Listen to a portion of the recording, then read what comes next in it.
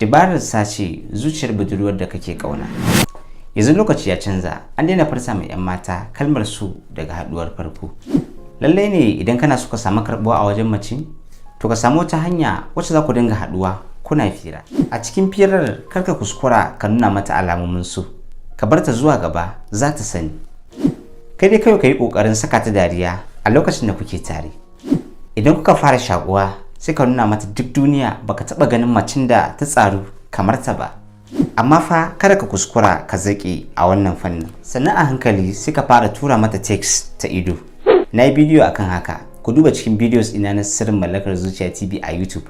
Insha Allah za ku ga bidiyon da na yi akan haka. Kana zuwa zaka gan shi bai da wani wahalan kwatanci. Zuwa lokacin da zaka dinga tura mata sako ta ido, ka dinga tambayar ta cewa wai wani mai tsananin sa'ar ne ya mallaki zuciyar wannan tsadaddiyar yarinyar. Idan har ta basu da zancen, to fa ka ci gari abokina.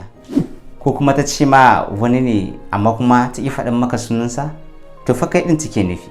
Sai a ci gaba da fafata soyayya. Kada fa ka manta da ni bayan auren ku. Idan bidiyon ya burge ku, ku danna mana alamar like. Mun gode.